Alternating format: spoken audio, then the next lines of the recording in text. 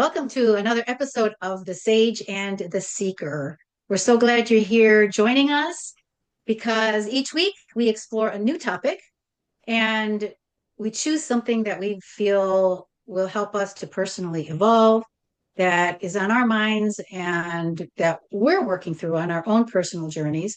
And we hope that these topics will resonate with you as well. We look at ancient wisdom and modern life and try to find the where the rubber meets the road with those things. So I'm Antonia Dex, and my co-host Sung and I are here to share and question and learn and laugh together. And we're inviting you to join us along the way. So thanks for joining us on the Stage of the Secret today. What is our topic today, Sung? I'm very excited about this topic. As you can see, even when I first started my YouTube channel, I did a meditation on this topic, which is self-permission and freedom. Let me explain a little bit what I meant by self-permission. Self-permission is the act of internally granting yourself the right to feel, want, express, and choose. And the key is you do it without waiting for external validation. In our modern Mm, society, we're just so used to navigate the structure of reward and punishment set up by other people. We believe this is part of our identity, that this is part of what we want. And we forget that the key is to let ourselves to decide what's important and what is not. And having that permission will truly give you the freedom. So what do you think, Miss Tony? I think there's a lot to really delve into here. Um, I think a lot of it is that we look for others to grant us permission Mhm. to say that you can go ahead and do that. And we don't really think about giving ourselves permission. But the more we wait for somebody else to give it to us, it's pointless because people just don't. Mhm. And you're right, we're conditioned into being that way, but it is very limiting. And it seems to me this whole idea is about about finding real freedom and what real freedom is. Mhm. So yeah, I love it. I love this topic. Yeah. Where do we start? Yeah, I can start by sharing a few personal experience in which I found out, oh, this is a place I noticed I don't give myself the permission to be myself. Um, Okay. some of them might seem very trivial, but I think also profound. One example I always like to share with my friends because it's one of my personal struggle. I always felt I do very well in interviews and also answering questions or in coaching engagements because I'm very good at coming up with answers and interact with people based on what they need. But I always struggle to give presentation. Mm, I was wondering why. And then until one day I talked to a friend and they told me that's because you don't give yourself the permission to express yourself. You always need someone else to give you a structure so that you can talk more freely. And I wasn't thinking about it like that. But now I realize, yeah, and it is pretty profound. And although I still say that I'm not that great at presentation, um, but at least I'm on my way to recover. yeah. Yeah, that's really cool because I think also, like I just recently had some insight about that too, Mhm. that these limiting beliefs that we have that we don't even realize we have Mhm. that keep us from giving ourselves permission Mhm. because we just don't believe that we could ever have it, Mhm. right? Yeah. Um, for me, it's been like, and I think for many people, and I probably many of you listening Mhm. would agree that you feel like maybe you're just not good enough. Mhm. Maybe not good enough to be in a relationship, or not good enough to get the good job, or Mhm. not good enough to make a lot of money, or whatever it might be, right? That there's this sense of I'm just not good enough for that. I Mhm. don't belong. Mhm. Nobody's gonna accept me or my ideas or whatever it might be. Mhm. And and obviously I've done a lot of work on these kinds of things over the years. But one of the things that it's interesting about this is that it's like peeling away layers of an onion, right? You get rid of it, you go, thank God that's gone. And then you find another belief below that that pops up later on. You go, wait a minute, I thought I dealt with this, Yeah. right? Mhm. And then no, there's another layer to it. And they all kind of come down to these core values that if we just don't believe that we can say um, that we can ever be in a healthy relationship, for example, like a love relationship, partnership, Mhm. then we're never giving we can't give ourselves permission, no matter how much we're doing it on the surface and saying, I give myself permission to do this, I really want it, I'm working towards it, whatever. Yeah. If you don't really at the core level give yourself permission, you Yeah. don't really believe that you can. Mhm.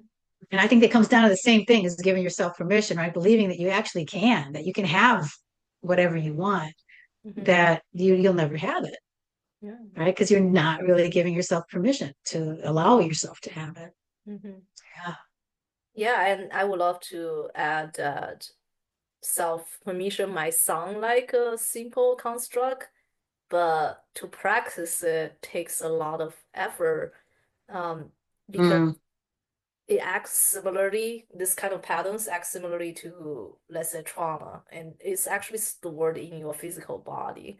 For example, the presentation example I gave earlier, when I even think about the idea of presentation, like there is a bodily sensation inside of me that's like holding me back. So it's not like, oh, I have some thoughts in my head and it's making me nervous. It's not even that. It literally, there's a bodily sensation. It's like it's a physical thing. yeah, it's almost like every muscle, every cell of yours remember that survival pattern because you now think, Mm, okay, I need to either, I don't know, fight, flight, or freeze, right? It's right. one of those three, or even more survival patterns that Mm, come up when some of this very old patterns and habits show up.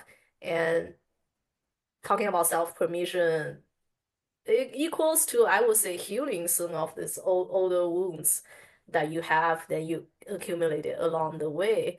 And that's the only way to achieve the freedom of your choices.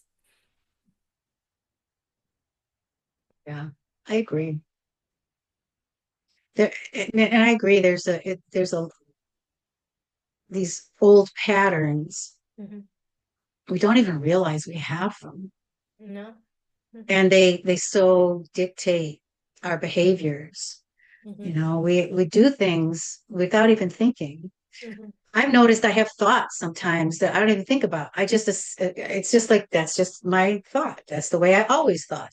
Hmm. So I don't even pay attention to it. Hmm. But I think once you become more mindful and when you work on this, you start getting rid of some of these things, you start to notice, right? And you start to notice things like the behavior patterns and the thoughts, and you go, why am I thinking that?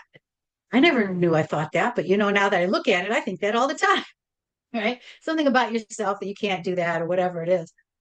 And yeah, and it's very ingrained and it Hmm. does take work, consistent work. But like we talked about last time, it's the baby steps, right? Every little effort you make towards making that change, changing yourself and your beliefs, and allowing yourself to believe in yourself and in your potential, every little step adds up and takes you that next layer where you can then free that as well. Hmm. Hmm. So it's definitely doable. Yeah. And Miss Tony, I can think of a very closely related concept, which is Mm, ego. And I think the path to self-permission is the path to release some of your patterns that's dictated by your ego to, decide what is proper reaction to any situation. And now yeah. you basically need to stand above that ego's perspective and tell yourself, hey, you know what? That's just a very reactive way of doing things. Now I'm older, wiser, stronger. I have many, many other ways to choose to feel, to express myself. Um, and it goes back to my favorite topic, mindfulness. Uh, Hmm. this is a form of mindfulness that you're aware Yeah, of. sure it Yeah, is. yeah, yeah. The ego wants me to, for example, in my presentation cases, it's like the ego wants to hold me back. Don't do it so that you don't get hurt. But I'm wiser now. I can tell myself, I have a supported audience. I have connections with the crowd. I can practice hard. There's so many choices I can utilize to make my speech better, and more authentic. Like, why do you have to always default to not doing it or feeling nervous about it, right? So that's a Mhm. mindfulness pattern um, that I intentionally choose to give myself the permission to go for something that historically I'm not good at. Yeah. Yeah. Yeah. Or, the same thing applies to when you need to do something you don't want to do. Like I had to remind somebody today for the fourth time to do something they were supposed to do. I don't like doing that kind of thing at all. And and historically, I would avoid it. It's Mhm, like I'd be nice about it at first, and then if they didn't do it, I'd be like, "Oh my God." And I would start telling stories in my head about why I can't do it again. I can't say something to them. I can't bring it up. Right. And I would try. And every time I try, I'd be like, I can't, it's going to be too much. And what are they going to think of me or whatever it might be? mhm, And so the better thing is just to not do anything. So mhm, my tendencies were to like stick my head in the sand, right? And just like forget there's a problem. And whatever shakes out, I'll just deal with it later. mhm, Right. And mhm, it's the same kind of thing because I found that stepping out of my comfort zone is the right thing to do. mhm, It's like I need to address the problem if there's a problem, and I need to do it in a loving and compassionate way, mhm, which maybe in my past I didn't know how to do, mhm, right? But mhm, now I know how to do it in a loving, compassionate way, and it may be uncomfortable because I'm not used to doing it, mhm, but it needs to be done. And if I do it, I find out, oh, well, that wasn't so hard, mhm, and the issue got resolved, and okay, everything's good now, and I don't have to keep worrying about it mhm. because I would just ruminate Yeah. like over this kind of thing. And I think a lot of us do that, right? Mhm. If you ruminate over things, put it in the chat below, right? If you feel like, oh, I don't want to do this, and then all you do is think about that thing you don't want to do, Yeah. right? Over and over and all day, like, why do I keep thinking about this? And then back comes back again. Mhm, Yeah, that's part of it, isn't it? It's old habits, old thought patterns, old behaviors. mhm, But like you say, when you're older, you're wiser, you're capable. And mhm, if you trust yourself and you give yourself permission to be that older, wiser, capable person, mhm. you find out, you know what, I really can do this the right way. Yeah. And I don't have to fall into the old patterns. Yeah. Yeah. And I think it's especially tricky when let's say you started to do it, but then the initial results are not good. And then you started Hmm. those not so good outcomes to justify your old survival patterns. Look Yeah. at Yeah. it. Yeah. I Yeah. don't have good results. I should just retreat back to my old place and do whatever I used to do. I think that's where the challenges gets really hard, that you really need to trust that you are on the right path.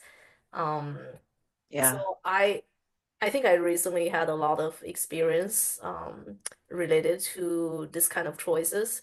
That as you know, I'm doing coaching right now, and before coaching, I had a very nice corporate job, the one that conventionally people might think, oh, this is very successful, and what or whatever. But I gave myself permission to do whatever I want, not what other people think is easy. Is it difficult? It's extremely difficult. But am I enjoying it? Absolutely. Because I notice after a while my capacity to trust myself making the right choice and owning the choice is a lot better compared to before. At the old days, I might need so much external validation to tell myself that, okay, I'm doing the right thing. But these days, I just follow my heart and then I own the responsibility of my choices. And that feeling of empowerment is It priceless. And really I think is. no external success can replace that kind of feeling. So so Mhm. my advice for our viewers is that if you trust you're doing the right thing, that you feel you're aligned with your purpose, just keep trusting yourself. And yeah, that's Yeah, the reward yeah. will come later. I think that's a really important point. Because I think we all have made choices throughout our lives based on what's expected of us, what society expects, even if we don't consciously do so, right? There's just certain expectations Mhm. about, well, what you should do with your life. Yeah, Uh, in my case, following those expectations just screwed me over every time.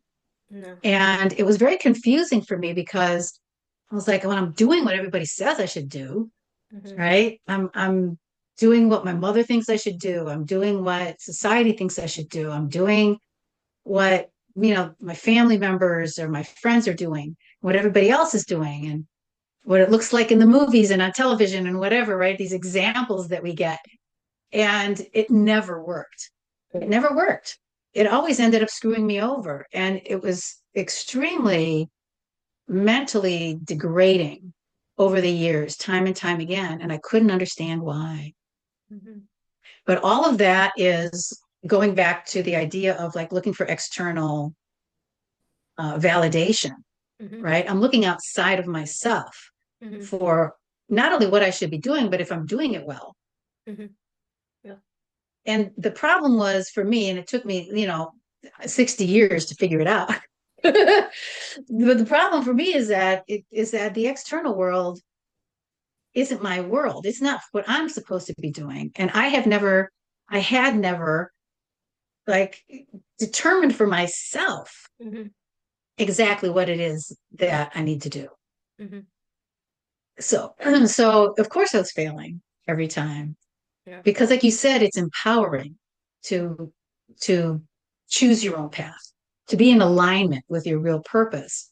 Hmm. And if you don't know what your real purpose is and you're picking that out from what other people are saying Hmm. or what's expected of you, Hmm. then it's like it really, you could get lucky. Hmm. Right? People do get lucky and fall into things that are good for them and work for them. But I think if you're watching this video, that it's probably not, you're not that kind of person that is just complacent. You're looking for something more. Hmm. And if you're looking for something more, you've got to look within because you're absolutely right. When you do find out who you are, it can be like for me, it's very scary to put myself out there as the kind of person I really am because nobody knows me Hmm. as a spiritual person. Yeah. Nobody, Thank I've you. never shown that side to myself to the world Yeah. because it wasn't acceptable Yeah. in my life in the past. And yet everything I do when I am in alignment with my purpose, all the choices that I make for myself, Hmm. they always work out great. Hmm. They work out great. And it's like, oh my God, I can actually like design my own life and it works. Yeah. Whereas in the past, it wasn't ever working. Hmm. Right. So Hmm. it's very empowering. Hmm. I love that you said that. It's super empowering when you're actually doing what turns you on, what's right for you, Hmm. what is in alignment for your authentic self. Yeah. And then your life seems to sort of fall into place. Exactly. Yeah. And I I was just reminded a point, like even you observe the people who are so-called successful in life, some of the public figures, I mean, they might have a lot of things that we don't like, but one thing I found in common is they are not afraid of, you know, taking what they Being want. themselves. They are very good at giving themselves permission. Sometimes it's a little bit too much, so I'm not advising that you should go to the other extreme. You don't want to be arrogant. Yes. Yeah. Um, but if you're wondering, hey, why I work so hard, I try all of this, why it doesn't work? Look inside, look Yeah. kind of permission you give yourself Yeah. and how it might be limiting you. Yeah. Hmm. All right, Miss Tony, do you want to discuss about the different type of freedom that Yeah, we give ourselves? Mhm. yeah. I think. What comes to mind when you think about freedom? The first thing for me is like, I think we don't really have a good definition of freedom. Hmm. And because we tend to think it is external, Hmm. that nobody's got chains on us, Yeah. right? Hmm. That we're not under the whip. We Hmm. don't, we're not anybody's property or Hmm. that kind of thing. And that really comes, I think, from our own history, especially here in the United States. But I think freedom is it doesn't matter, right? What the world puts out in front of you, the Hmm. freedom is always within. True freedom comes from within. I'm reminded of that story. What was the name? They made a movie of the guy and his son in a concentration camp in Nazi Germany. Is it a real story? Yeah, Okay. a beautiful something. No, shoot, I wish I could think of it now. But um, this man was just this real like soulful, positive guy by nature, right? Very just, Oh, always looking, seeing the bright side of life. A Beautiful Life, Was Italian. it a beautiful life? I think it's a Bellini movie. Yes. So Yeah. he basically he act out the comedy for his son, even Like it was a day he game. He died. convinced his son it was a game. Yes, yes. I think it's Yeah. It called was A a very Beautiful complex, Life. very dangerous game, but they had to like play it perfectly. Hmm. And he kept himself and his son alive through I don't know how long, a long time in a concentration camp Hmm. and kept it positive the whole time. Hmm. And how can you do that? You look at that extreme example and you say, how could he do that? And it wasn't just for his son's sake, because a lot of people could, millions of people couldn't do that. But it was because he had that light within him, right? And he was able to find his personal freedom from within, because that's where it really is. And it doesn't matter what life puts in front of you Hmm. if you have your own personal freedom within. So that's the first thing that comes to mind for me is the understanding what freedom really is Hmm. and where it originates. It doesn't come from anyone or any external thing. Yeah. You almost brought tears to my eyes to think about that example. I think you remind me something else, which also a similar concept. My teacher always said that um, illness, especially terminal illness, can be very ugly, but also Mm-hmm. there is a lot of give to that process, and a lot of people actually manage to use that as a spiritual evolution process, Yeah. make it. Yeah. Um, so it's all a matter of choices, just like in the example you gave. It is very extreme, but you still have some level of choices, um, Yeah. to make it mm, a better experience, a more Yeah. um, profound experience than what it is. And, Absolutely. and One of my favorite teachers, Ram Dass, just to give an example, I'm sorry yes, to interrupt you, but no worries. Ram Dass was an incredible spiritual teacher, Yeah. and he had a stroke that left him in a wheelchair. And he wrote a book after he'd written several books already, but he wrote a book after that called Fierce Grace, Hmm. which is all about this. Yeah. That he saw the stroke as a blessing, as the best blessing he'd ever received in his life. Yeah. Yeah. Yeah. Because there is blessing and grace and awakening to be found sometimes in really profoundly challenging circumstances. Hmm. Yeah. Yeah, and I would also like to bring up a different point that one of the reasons why we don't give ourselves, let's say, self permission or freedom, the true freedom, it's also because we're scared of owning the consequence of our own action. We always have that tendency that we want to, it feels more comfortable to blame other people, other structure, Mm, um, the society for the misery that we have. yeah. It gives you some, in a twisted way, it gives you some comfort that it's not my fault. It's Yeah. because of the misery of life. I'm like this. Yeah. But the true freedom, the true permission you can give yourself is is only that responsibility for your own life, only your responsibility to choose. And no matter how difficult, extreme the situations are, like the ones we discussed, you still have that capacity to choose to liberate yourself from the trap of your circumstances. Um, and that's an amazing insight. Yeah. And you know what? That's like living in delusion, is what that is. And I think we all live in delusion to some degree. And it's I think a matter of losing those delusions that we've been talking about, right? That's the freedom, is Yeah. getting out from these delusions. And a big one is to say, well, it's not my fault. I didn't do it. There's nothing I could have done better, Mhm. whatever. And because when we do that, we're deluding ourselves and we're denying the truth. Mhm. The more we deny the truth, the more we create false realities. Mhm. And if we're living in a false reality, then there's no freedom in that. That we're sort of putting ourselves under a spell. Mhm. Yeah, Yeah. We're exactly. creating this fake belief system that just to make ourselves feel better, but we never really do feel better because we always know, right?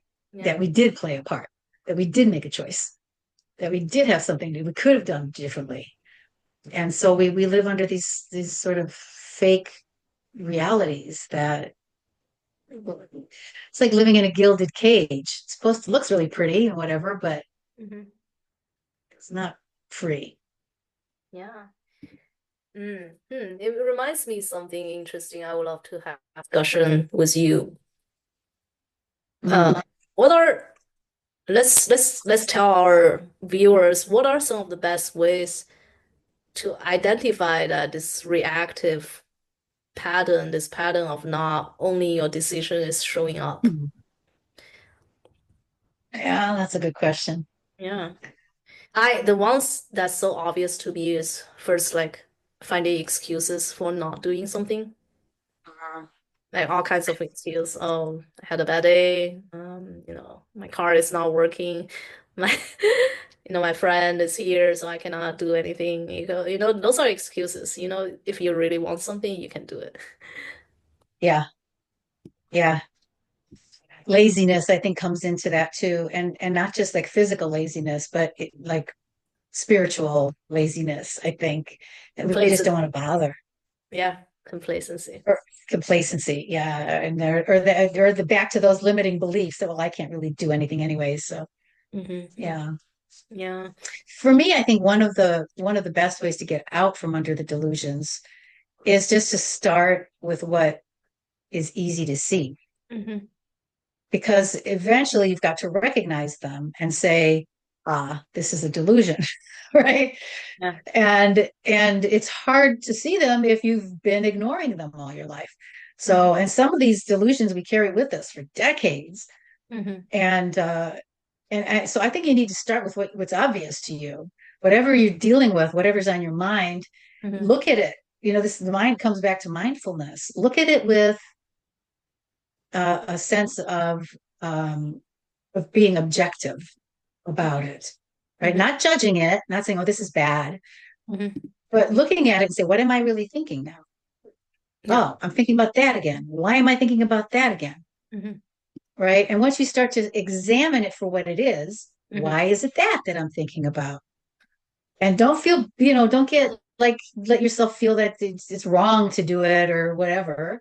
Just accept openly, unbiased, like if you were somebody else observing, right? Be your own sort of therapist Yeah. and say, what is it? And then I think if you start with those obvious things, I think we all have them, Hmm. and you work through those obvious things, then you learn the process. Hmm. Does that make sense? It's like you learn the process of being mindful, of observing yourself, Hmm. choosing, then you have to choose. Hmm. Is this what I really want? Do I really believe this? Is it helping me? Is it getting me where I want to go or not? And it probably not. Right. And then you look at it and say, okay, then I don't want to do that anymore. Yeah. And you come up with a practice, something that will help you catch the thought to stop thinking it, to Hmm. replace it with something that does work. Hmm. And I think you learn the process that works for you for how to do that. Hmm. And I think the cool thing is, one of my teachers, Dr. Sue Morter, she says it's like your subconscious. These things are in your subconscious mind, and it's your subconscious is like your basement, and you've crammed stuff in there, one on top of the other, right? All your life, just crammed it down in there. Once you get like one of these things opened up and out, then they start to float up, and Hmm. another one will come and make itself known. And you go, Hmm. oh, here's another one, Yeah. right? And you work with that. And once you've cleared yourself and freed yourself of that, then when you're ready, then another one will float up. Yeah. And it's a beautiful process. It is. Yeah. One thing Yeah. that never change about life is it's impermanent.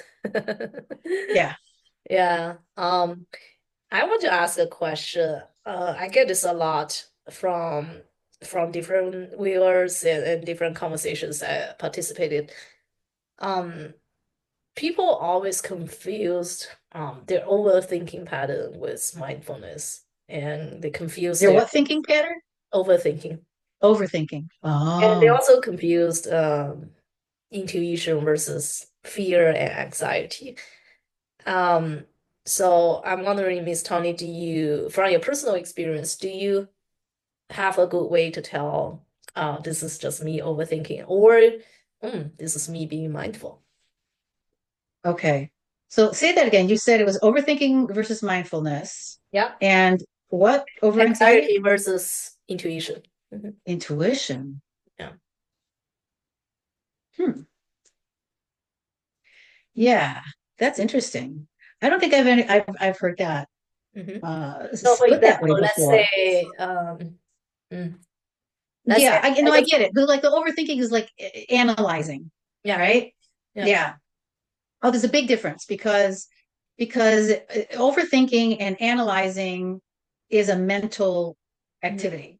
yeah, It's strictly a mental hmm, activity. yeah. And you can think something to death and not come up with any solution. We kind of touched on this in another episode, right? Yes. And you can get so caught up in your thinking that it just turns in on itself and becomes this like ugly black hole, which can turn into anxiety or depression Hmm. because you're just constantly like, well, I need an answer, but I can't find an answer. And but I need to think about it more. I need to do more research. I need to analyze it more. Hmm. And then you just end up in this mess of in, of information overload that you Hmm. can't make any sense out of. Yeah. And that causes mental destruction, it really does. Anxiety, depression, Hmm. PTSD, all those things kind of come out of that inability to see solutions. Hmm. And then you start to distrust yourself for being able to make choices or to even find solutions. And you start to think that, well, you're just incapable Hmm. of everything in life. Eventually it comes down to that. You think you're just incapable. Hmm.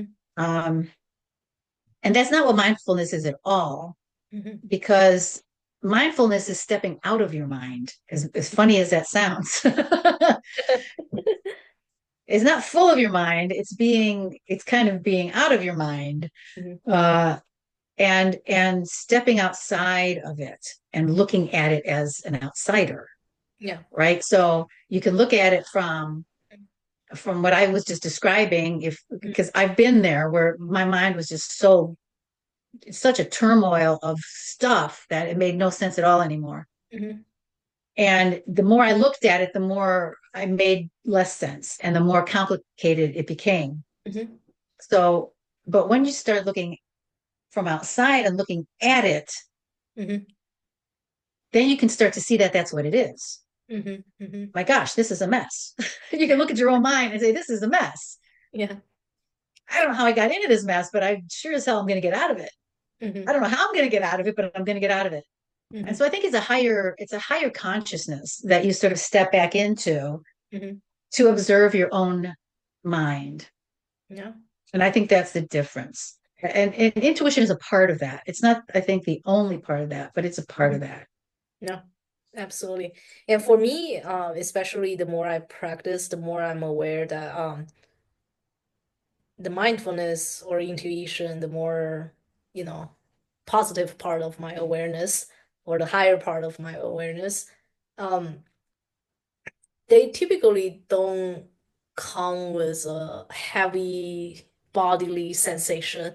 Actually, Mm, for me, anxiety and things like overthinking, it comes with very obvious like symptoms like maybe increasing heart rate or just a muscle sensation, tension. muscle tension, or just a sense Mm, of just so, yeah, all yeah. kinds of illnesses start cropping up. Yeah, Yeah, yeah. It just yeah, doesn't feel good. Like it has a like a bodily sensation with it. yeah, But something yeah. like intuition, mindfulness, it's usually very peaceful and comes with a Mm, balance. And even sometimes mm. comes with a level of joy and confidence. You just Openness. yeah, Yeah, you don't need to convince yourself this is right. Like you just know. yeah. You Right. just You don't know. need to think. You just feel Yeah. so at peace and at center. So for me, my advice for our viewer is you can actually practice observing your bodily sensation because this is the more obvious part of your Hmm. existence. And if you feel heaviness or your heart just feel like being punched, or then maybe that's not being mindful. Right, right. Maybe, Maybe maybe that's you are not. being anxious. Yes. Uh, Yeah, yeah, yeah, yeah. Trying to observe how you feel in your body. I think is the first step to true mindfulness. yeah. And I think part of that is being that observer again. This is actually what got me first really understanding mindfulness, is observing my body, because I've been in a lot of pain. Yeah. And and there was a meditation, it wasn't described as mindfulness. I think it was an early forerunner before that term became popular. But it was about that. It was like, locate the pain. Where is it in your body? Hmm. Don't judge it, right? It's back to, don't judge it. Hmm. Just observe it. Yeah. And then you can start labeling it. Like, Mhm. what does it feel like? Is it hot? Is it Yeah. tingly? Is it pulsing? Is it spreading? Is it localized? Is it moving here or there? Where is it moving to? And just getting this sort of observer Mhm. perspective on the pain, Mhm. right? And that was really eye-opening for me, because it helped me to separate that there's pain and Mhm. there's suffering from pain. That was Mhm. a big thing for me. Pain and suffering are not the same thing. Mhm. And to be able to say, oh, this is the pain, and it's physical sensation is what it is. Mhm. Yeah. It's physical sensation. I don't have to let it Mhm. upset me, Yeah. right? It I don't have to reminds be me of emotional about something. it. I think you're like this. Pain is unavoidable, but suffering is optional. Yeah, yeah, Yeah. yeah. Yeah, and And it is an easy way, I think, to start with the body. When you have a weird thing happening in your body, don't freak out about it. mhm. Right? That doesn't help anything. Freaking out doesn't help. Mhm. Stop and go, okay, where is it? Take some breaths, do a little meditation if you can, get quiet, and then focus on that Mhm. without judging, Yeah. and just notice, observe, what is it? Name it, and in as many ways as you can. And you'll start to see that you can be in that observer place, Mhm. separated from your body and the Mhm. pains and concerns and the Mhm. emotions and all of that come up because of it. Mhm. And that's a great way to start. And Yeah, then once you learn how to do that, and you go, oh, I get it now. Start doing it with your thoughts, exactly. right? Apply the same kind of observer Mhm. process to your thoughts, to your emotions, Yeah. to your behaviors. Mhm. Mhm. And it reminds me, one of the learnings I had from a mindfulness retreat, silent retreat, and the teacher said that mindfulness have two steps or two main steps. One is um, observing, the other part is equanimity. And observing, I think we were talking a lot about observing. It's about notice what's rising in your mind, your emotion, your Mm, body. But the equanimity is the key, which is to not be bothered by it. Yeah. So my teacher keeps saying that he felt very heartbroken by many things that's going on and all the suffering that's in the world. And he said his heart is breaking into a million pieces. But equanimity allows him to not bother by the fact that there are so many suffering. Um, and not to be bothered is not equaling complacency or not doing anything. I think it actually There's means still that, compassion there. yeah, it actually means that you are not consumed by those overwhelming suffering and emotion. Hmm. It's there. You still have a choice. You still have a choice to do whatever you can, although the suffering can be overwhelming. I think that is true mindfulness. Yeah, yeah. And I And think that's true freedom. yes, To get back to our main topic, I think that's true freedom yes, because that when you can be in that state of equanimity, it mm, might sound like, oh, you're being unemotional or whatever, but it's not. It's because emotions can limit you and can stop you from acting hmm, and can stop you from thinking clearly, right? So if you can find that place of equanimity, you still know the hmm, emotion, you still understand it, but you don't let it hmm, control you in any way. yeah, So you're freer to act, hmm, right? You're freer to do something about yeah, what's happening, whether it's within yourself or with other people or in the world in general. You can hmm, think clearly, you can find solutions, and you can be free to take action hmm, in a way that you would never be able to do if you were locked behind your emotional, judgmental, hmm, limiting beliefs about yourself. yeah. And in a way, it's about not identifying yourself with suffering or whatever you are experiencing, your thoughts, feelings, or body, because you are much more than that, and that's a truth. And you just have to believe in it and trust yourself that in any given moment, like your identity is much bigger. You have so much. Yeah, You have, yeah. even in extreme cases, you always have more choices, more directions, and more experience you can generate than what you think you Hmm. you have. I think that's Hmm. that's the definition of freedom, the I extent think you're right. Yeah, choices, direction, and experiences. Hmm. yeah. Hmm. And the closer you get, the more of we talked about releasing Hmm. these things and being the observer so you can see more clearly and all of that. The more you do that, the more you are authentically yourself, Hmm. and you find that you like yourself, Hmm. that you're really actually something pretty amazing. Yeah. And I know maybe right now you don't feel that way. I Hmm. think a lot of people don't feel that way. Hmm. But that's because we haven't done this kind of freeing work, right? And I think once you start to free yourself, you Hmm. start to get an inkling, even at the very beginning stages. Don't you think? You start to get this inkling that there's Hmm. something in me that's really quite pure and beautiful and full of possibility. Hmm. And that authentic knowledge of yourself grows stronger and stronger the more Hmm. you do free yourself. Hmm. And you really start to see that you are something so much more than you ever thought possible, that could ever possibly like, nah, not me. But yeah, I think it's within all of us. And it's kind of scary to like admit that somehow, Hmm. but I think it's important that we do, that we see that and for truly see, not like a fake, oh yeah, I'm great. I know that I'm great. Not that, right? But this true knowledge, this inner self, that this is really me Hmm. and it's beautiful. I'm beautiful. Yeah, that's Yeah. beautiful words. Thank you. Um, I actually want to discuss a very relevant topic, which is actually how to give structure to your freedom. I think Oh, okay.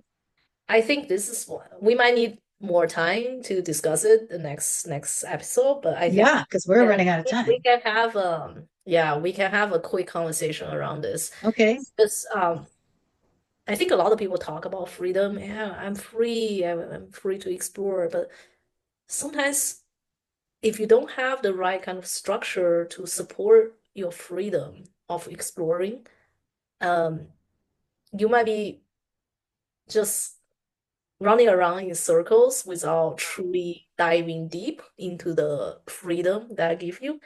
Um, so I think it's actually necessary that you have some kind of structure to help you utilize the freedom you have to What explore does that look like? deeper. Mm. That's I think someone has to figure out on their own. For example, let's say, very simple example. Okay, um, I'm doing my own business. I have all the Mm, freedom to dictate how I allocate my time and how to use it, right? I can just say, mm, hey, today I want to sleep 24 hours. Tomorrow I want to eat junk food for is that freedom? Yes, it is freedom, but mhm.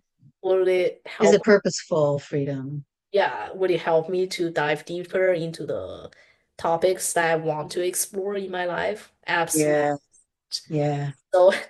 So, so here's a reminder for our viewers that it's actually quite important to think about what kind of structure or rhythm you have in your life to support this amazing, expansive power of freedom. Otherwise, you're just free falling. Yeah, I think that's a great point, and would be a great topic Yeah, actually for another episode because I have been dealing a lot with that lately myself. yeah. Um, and I think it is important that you realize it's always a journey. Life is always a journey, and you're always getting closer and closer to your true self and to your freedom. And the more you have opportunity to take that freedom and turn it into your life, Mhm. the more your life is going to become that which would delight you, right? And isn't that what we all want? Is a delightful life. Mhm. But if, like you say, if we don't have a vision for that, if we don't have a purpose to Mhm. that freedom, it can be destructive. Mhm. I think this happened a lot in the 60s with the whole hippie movement, right? That people were like, "Hey, I'm free, man. I'm not under the thumb of the man and all that stuff." But then, and so people just said, "Well, they're not going to take a bath anymore, and they're not going, they're not going to pay their taxes, and they don't, they're going to, Mhm. fight against having to have a zip code or whatever." And it was all just very like, okay, there's no purpose there. There's no forward momentum for Mhm. creation. Yeah. And I think in the end, maybe that's what you're leading towards is this idea that we are, I think, in essence, creators. Mhm. We're creating our own lives. Mhm. And if we don't have an intention and a clear, pure intention and a purpose, and that we can understand that can bring rhythm to our lives, Mhm. that is sort of maybe not a structure, but a path or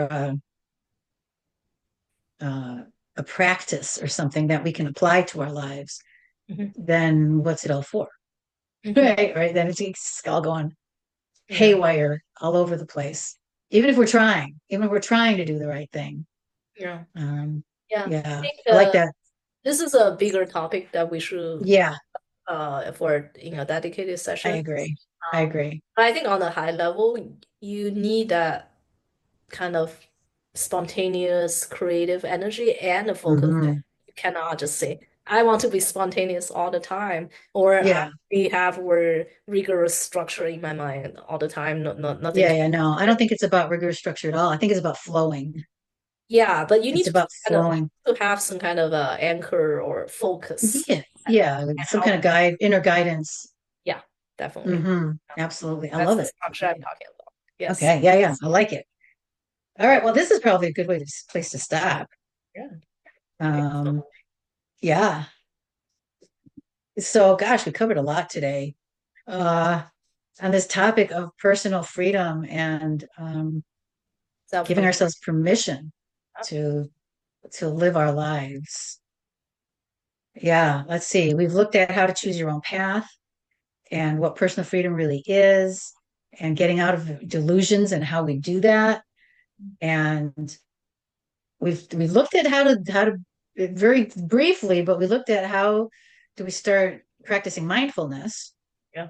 to help us do those things, and how we need to find some personal inner guidance to help us as we create our lives. So there's all cool ideas that lead to personal freedom. So Absolutely. I love it. Yeah. All right. Well, with that, do you have anything you want to add as a last minute?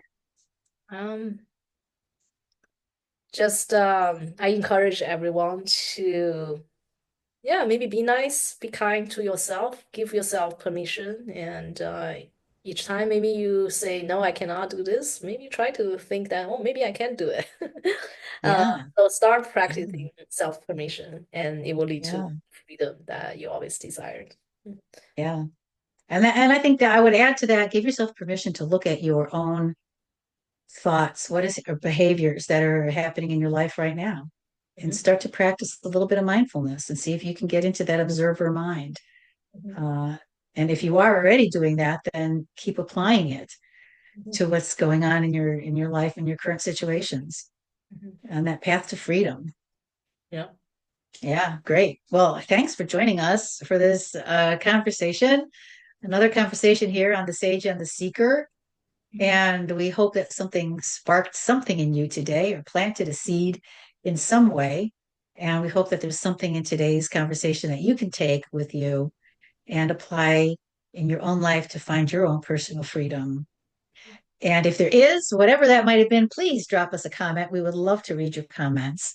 mhm. If you have any suggestions for any future episodes or questions about anything we've ever discussed, please also drop it in the comments below.